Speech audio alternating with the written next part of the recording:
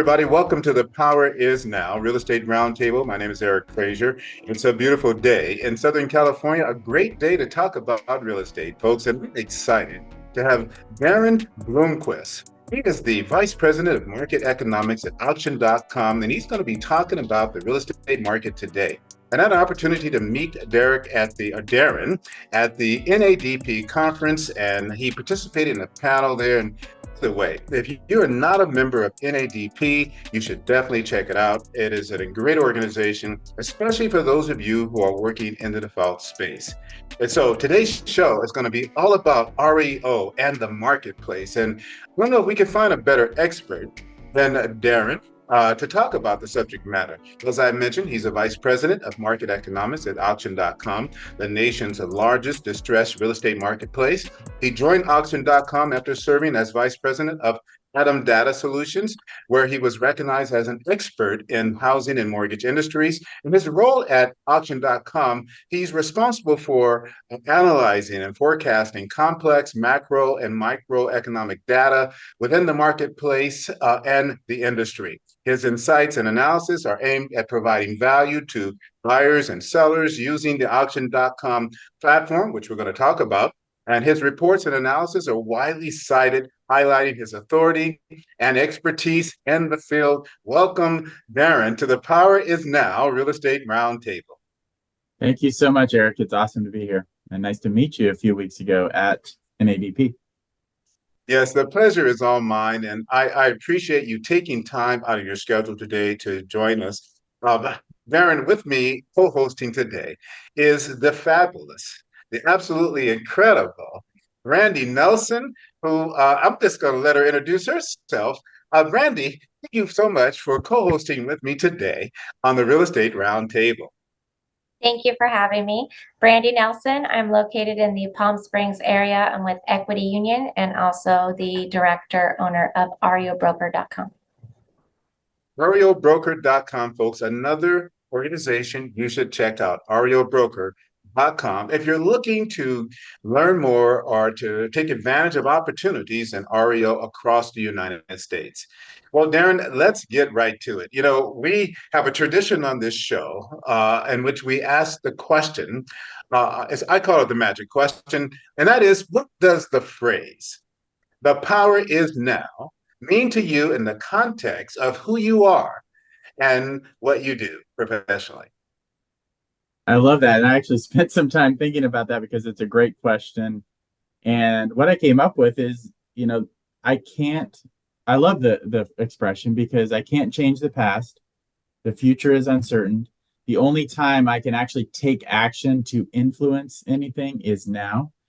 And so I do think that the action I'm taking today, now, in the present, it can be informed by the past, the mistakes I've made in the past, or the successes I've had in the past, and it can influence what's going to be happening in the future. But that action can only take place right now. There's no other time I can actually take action. And so that's certainly, it's inspiring because a lot of times I think both personally and professionally, I'm hoping for something to happen without necessarily taking action now that will influence that in the future. And also, I never really liked the phrase "no regrets" because I'm like, I have lots of regrets, but I understand the sentiment of the phrase "no regrets" because there are things in the past that you can't change anymore, but you can take action now to make sure that hopefully those mistakes, if they are regrets, don't take place again in the future.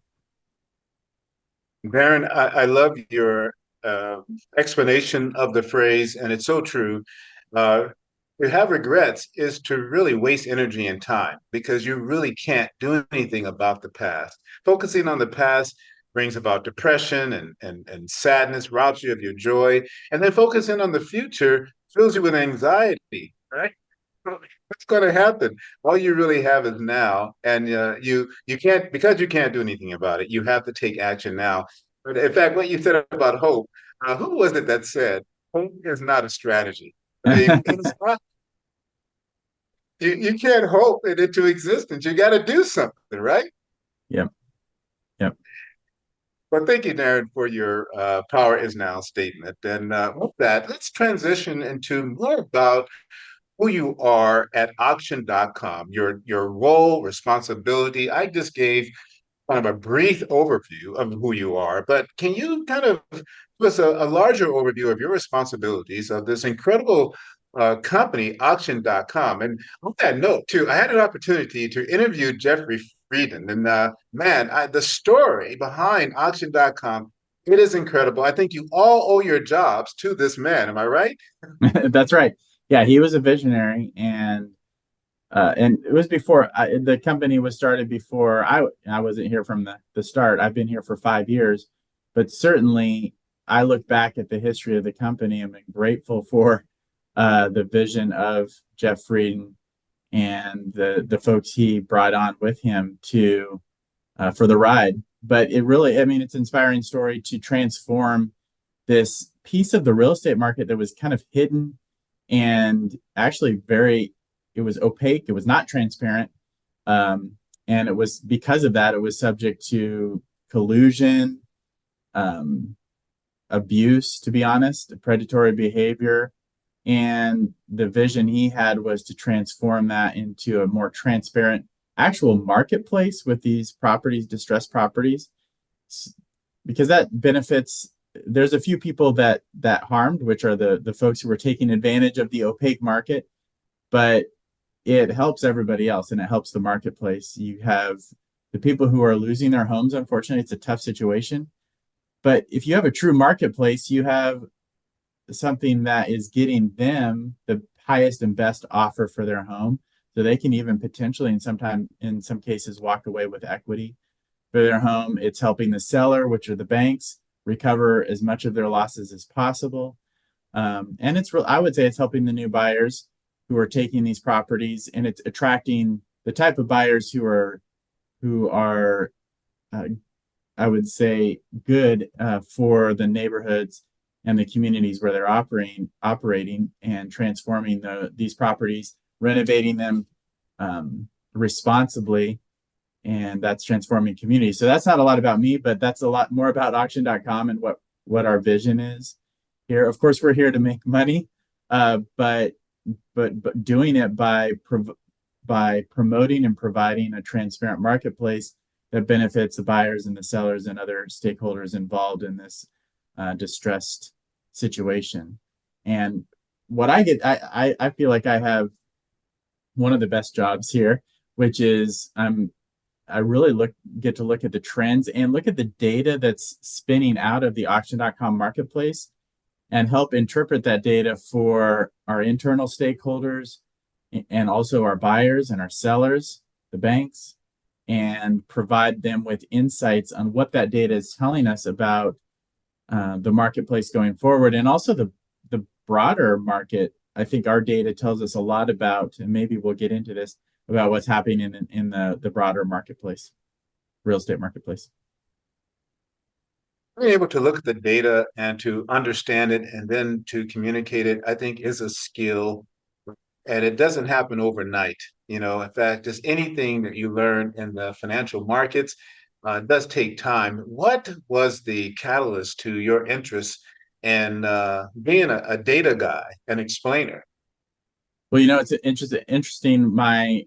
I came out of college with a journalism major, so journalism was really about telling stories. But when I moved to California, I got a job with a company called Realty Track that was in the foreclosure space. And I actually came to, through my development there, really love the data and how the data tells stories behind the marketplace. And I could talk about that for hours, so I don't want to get on that too much. But that's really where the combination of that journalism background with starting to understand all the data we had at Realty Track, which became Atom Data Solutions, basically nationwide public record data I got to play with every day. And that cultivated my love for the data and how it's powerful when it can tell stories, not just when it's sitting there on a piece of paper. Darren, again, I really appreciate you taking time with us today to talk about the data. And for those of you who are just joining us, we're speaking to Darren Blomquist. He is the market economist with auction.com and talking about the market. In fact, let's get right into the economic status of our country and what the Federal Reserve is doing. As you know, they stay in the news. And would you assess kind of what's happening right now, particularly as it relates to real estate? Yes, I think that real estate has become the sacrificial lamb a little bit for the Federal Reserve, and they're willing to sacrifice the real estate market for the benefit of the overall economy. And it's not that they're targeting the real estate market per se, but they understand clearly. And if you look at Jerome Powell, the chair of the Federal Reserve statements, he even explicitly says, we realize what we're doing in raising these rates and keeping them high may cause even a correction in the real estate market, which actually we really haven't seen a sharp correction, but we've definitely seen a slowdown, and the Federal Reserve has been willing to take that slowdown to benefit the overall economy in terms of avoiding inflation, which is the key fight that they're fighting over the last year and a half. And so as a result, the real estate market has slowed down, especially in terms of sales volume. Prices, depending on whose data you look at, I would argue that there was a slight correction in home prices nationwide and especially in some markets last year in 2023, early last year, but we've recovered. And in terms of home prices, sales are still slow. And I would say that it really does all tie back to those higher interest rates, which raise mortgage rates. And you do see a pretty immediate reaction in terms of the real estate market in reaction to those higher mortgage rates. And I do have a slide that I can show you that illustrates that. So what this slide is showing, there's a lot of data on here, but the blue line, starting with the blue line, that's the 30-year fixed rate mortgage rate, which is influenced by the Federal Reserve's actions. And you can see starting in last year, especially, in late 2022, we had those rates rising dramatically, very high. And what you see, almost an immediate response, as you see in 2022, those rates starting to go up very quickly. You also see home price appreciation, and I don't have home sales volume on here. If I did, you would see a similar reaction. But that green line is the home price appreciation. That started falling it very dramatically as interest rates went up. And what was driving that falling home prices, besides the actual mortgage rates, is the impact of the mortgage rates on affordability, which is the darker blue line there at the top. That's the percentage of income needed to buy a median priced house in the country. And as mortgage rates went up, that skyrocketed. It eventually hit an all-time high of 37.5% in the middle of 2023. 37.5% of the median income to buy a median priced house, which is a big percentage of your income. And maybe in California, we're used to that, but in a lot of other parts of the country, spending almost 40% of your income on your housing is tough. And so that affordability drove home prices down. We do, and the green line is based on NAR data, National Association of Realtors data.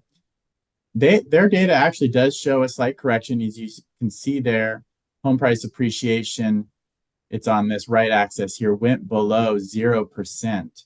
So it did go negative for a few months in early 2023, and that is now recovered. So that's really in a nutshell, the impact of the Fed's raising rates on the real estate market is that it definitely created a slowdown. And some would argue, including Jerome Powell, that there was home prices were getting too high. and affordability was becoming such a problem that some type of slowdown or even correction was needed to help get things back in line. Darren, great information. And what I am really surprised about is that what the data shows, and at least what I have seen, it seems that it doesn't seem to connect because although affordability has become more and more difficult, and you would think with that demand then going down, there is that correlation between demand and price. So this slide that you're showing us, are you talking about just the factors of appreciation or the mode of appreciation versus the actual sales price? Because where I'm at here in Riverside, California, we haven't seen any drop in prices. Yeah, I think that's a great point. That's a national graph, and the it's not the actual home prices that I was graphing there, charting there. It's the home price appreciation, the rate of home price appreciation, so year over year. And that was nationwide, which does mask a lot of the behavior that's going on in different markets. And so we didn't see any correction in many markets, but we did see, in places like, of course, Austin is a great example.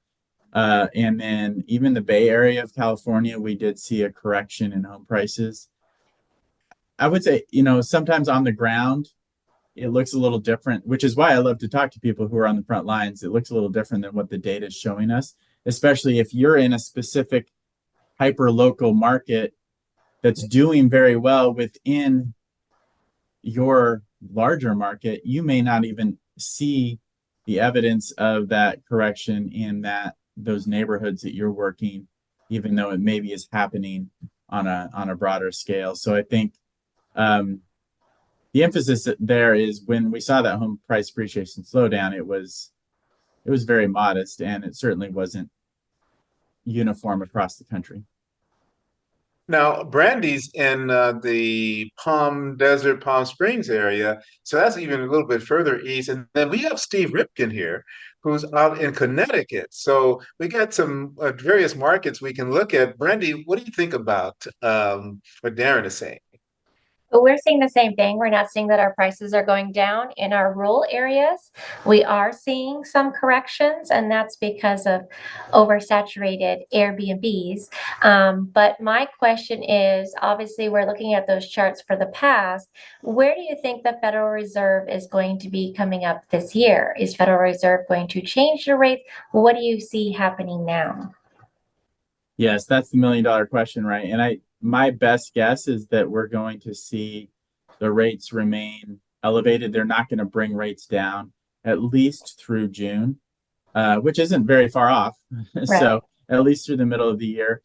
But everything I hear is they're going to err on the side of not necessarily bringing rates down quickly, because they don't want to get caught in a situation where inflation is hanging on stubbornly for a longer period of time. So I would expect higher, generally higher for longer.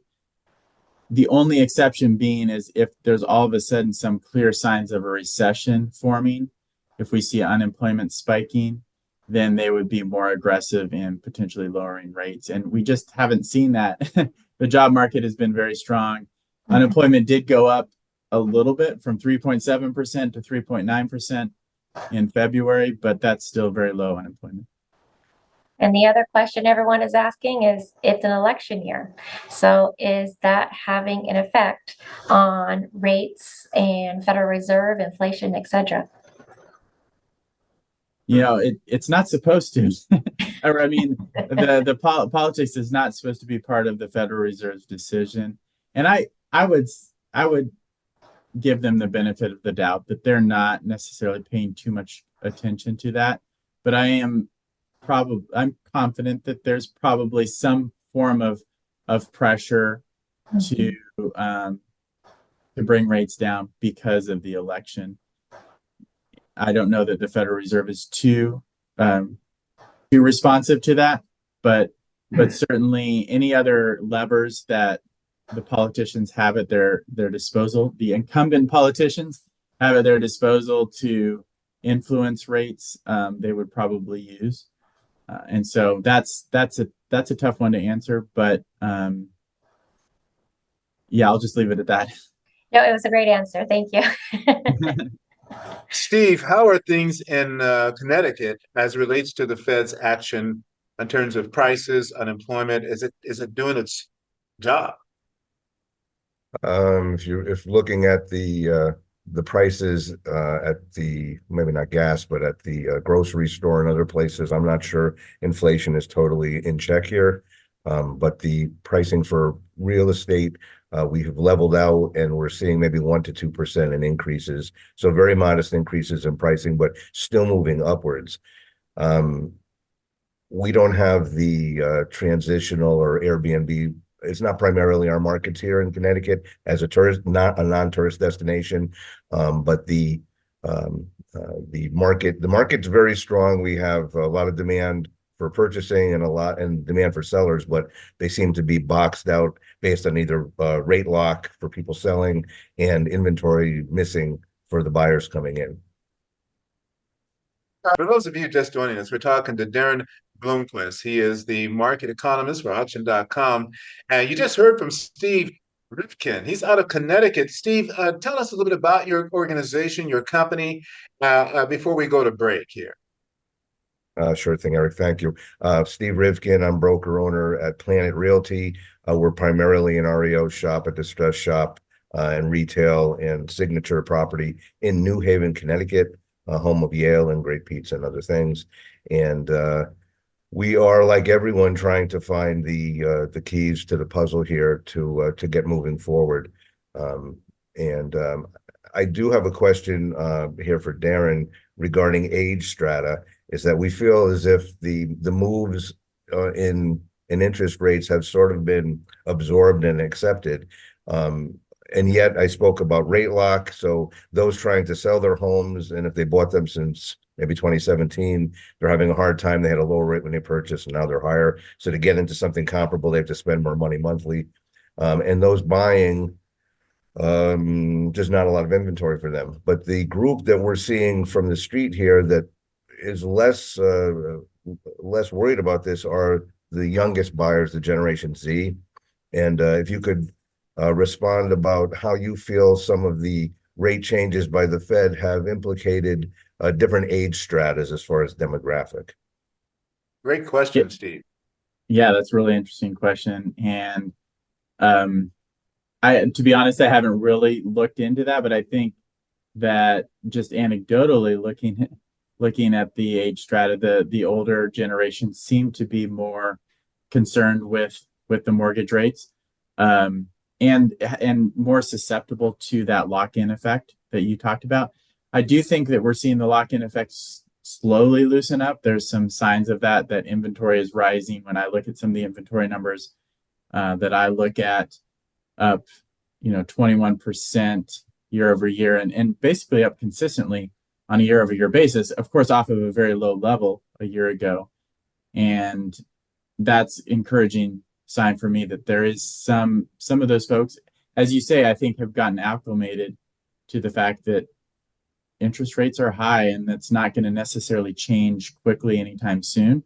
And so if they've been holding out from listing their home for sale, more of those folks are deciding, well, we just need to go ahead and do that. We can't wait this out forever. And starting to list more and more. It's not this huge flood of inventory. I don't want to oversell it, but we are, in the data I look at, we're seeing more of that come. And so I think, some of maybe those older, more stubborn homeowners are deciding they can't necessarily play the interest rate game. And it's really interesting for you to mention that Gen Z is less concerned with mortgage rates. I think that will be really interesting to see how that plays out as they enter their prime home buying years here over the next 5 to 10 years. Great question, Steve and Brandy. Darren, we're going to take a break, but when we come back, we want to dive into the state of foreclosures throughout the country. And there are many real estate professionals who took advantage of the opportunities that took place around 2008 to about 2013. And many have just been waiting to see, if it's going to come back, if we're going to see an increase. And given the economic, situation we're in right now, will there be enough challenges to bring about a state of massive defaults across the country? So I'm looking for your answer there or your thoughts on that when we come back. For those of you just joining us, we are talking to Darren Blomquist. He serves as the Vice President of Market Economics at auction.com, one of the largest distressed real estate marketplaces. And we're talking about the Federal Reserve. We're now going to be talking about REO. So don't go anywhere. You're listening to The Power Is Now, Real Estate Roundtable. We'll be right back.